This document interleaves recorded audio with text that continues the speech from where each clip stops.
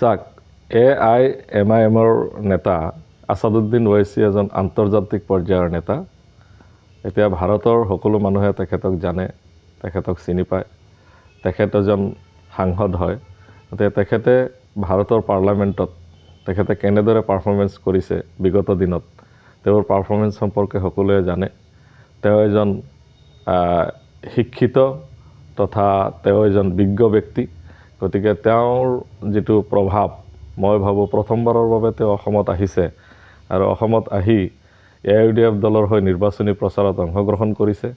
মই ভাবোঁ এনেকুৱা এজন ব্যক্তি যেতিয়া অসমলৈ আহিছে, নিশ্চয় অসমৰ সংখ্যালঘু এলেকা তথা সংখ্যাগুৰু এলেকা সকলো এলেকাতেই মই ভাবোঁ ইয়াৰ প্ৰভাৱ যথেষ্ট পৰিব। বহুতে ক'ব খোজে যে আচলতে আছাদুদ্দিন ওৱেইচি বিজেপিৰ এজেণ্ট বা বিজেপিৰ এজেণ্ডা লৈহে অসমলৈ আহিছে। ইয়াত UDFৰ হৈ তেওঁ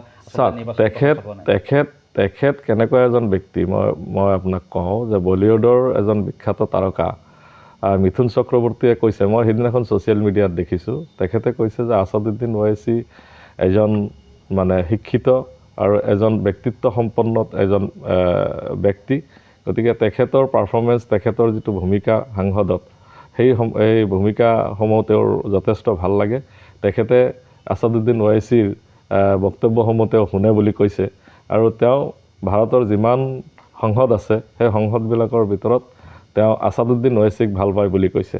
গতিকে বলিউডৰ এজন বিখ্যাত তাৰকাই যেতিয়া এনেকৈ কৈছে, গতিকে মই ভাবোঁ যে ভাৰতবৰ্ষৰ প্ৰায় সকলো শ্ৰেণীৰ মানুহেই তেখেতক ভাল পায়, তেখেতৰ প্ৰভাৱ যথেষ্ট আছে।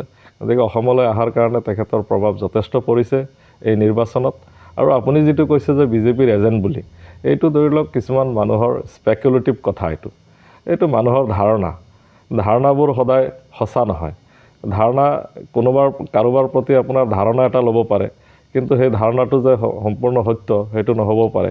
গতিকে এই কথাটো এষ্টাব্লিছ কৰিব লাগিব যে তেওঁ বিজেপিৰ এজেণ্ট বুলি।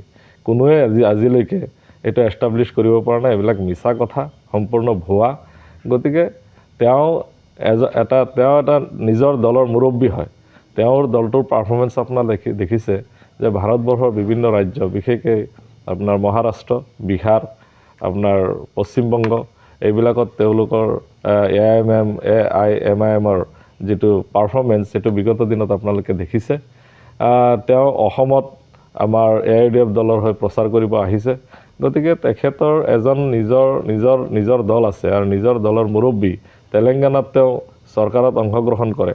গতিকে তেনেকুৱা এজন ব্যক্তিৰ আপোনাৰ বিজেপিৰ এজেণ্ট কেনেকৈ হ'ব পাৰে? এইটো সম্পূৰ্ণ ভুৱা আৰু মিছা।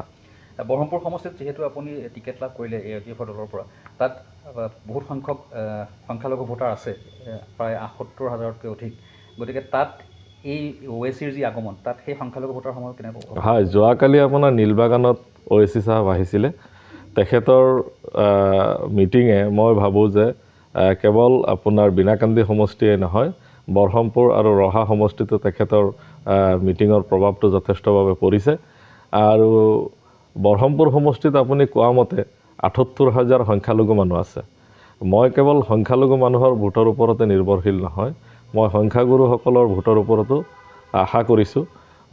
মই ভাবোঁ যে সংখ্যাগুৰু অৰ্থাৎ যিমান জাতি জনগোষ্ঠী আছে, সকলো জাতি বৰ্ণ নিৰ্বিশেষে মোক ভোট দিব বুলি মই আশা ৰাখিছোঁ।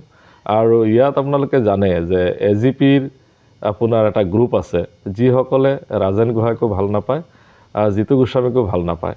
গতিকে তেওঁলোকে এটা বিকল্প বিচাৰিছে আৰু বিকল্প হিচাপে তেওঁলোকে মোক বাছনি কৰিছে বুলি মই জানো। ইয়াৰ উপৰিও আপোনাৰ আৰু কিছু ব্যক্তি আছে, যিসকল মানুহে আপোনাৰ বিজেপিকো ভাল নাপায়, অজাপকো ভাল নাপায়। বিশেষকৈ কিছু কংগ্ৰেছী মানুহ আছে, যিসকলে আপোনাৰ অজাপক গ্ৰহণ কৰিব পৰা নাই। তেওঁলোকে যদিও মিত্ৰতা কৰিছে, কিন্তু ৰাজেন গোহাঁইক কেণ্ডিডেট হিচাপে তেওঁলোকে পচন্দ কৰা নাই। গতিকে তেওঁলোকৰ অপশ্যন হিচাপে মই ভাবোঁ যে তেওঁলোকে মোক অপশ্যন হিচাপে মোক ভোট দিব। আৰু মই আশা ৰাখিছোঁ যে সকলো জাতি জনগোষ্ঠীৰ মানুহে মিলি আমাৰ বৰহমপুৰ সমষ্টিৰ পৰা মোক বিজয়ী কৰিব বুলি মই আশা ৰাখিছোঁ। আপুনি ক'ব বিচাৰে নেকি যে ধৰক তাত AGP সমষ্টিত প্ৰাৰ্থিত্ব নিদিয়াৰ কাৰণে আপোনাৰ সহায় হৈছে, UDFৰ সহায়? নিশ্চয় মোৰ সহায় হৈছে, কাৰণ AGPৰ এটা বৃহৎ গ্ৰুপ আছে তাত।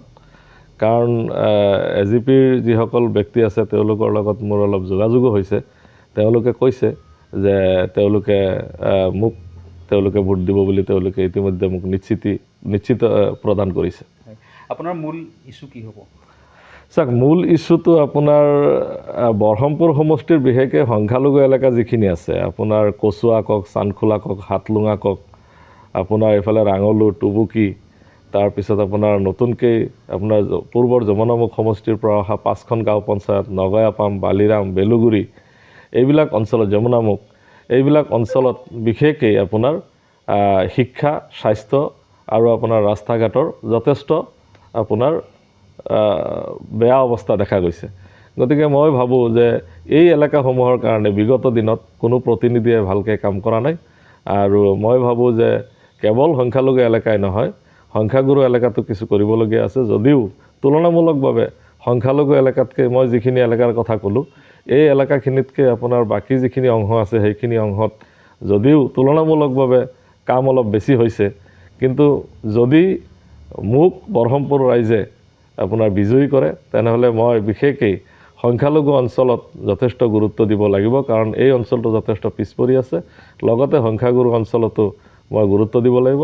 অৰ্থাৎ সামগ্ৰিকভাৱে গোটেই বৰহমপুৰ সমষ্টিটোত মই বিশেষকৈ শিক্ষা, স্বাস্থ্য আৰু ৰাস্তা ঘাটৰ প্ৰতি মই গুৰুত্ব দিম বুলি আশা ৰাখিছোঁ। যিকোনো খবৰৰ বাবে যোগাযোগ কৰক আমাৰ এই নম্বৰত 9181 307 2221।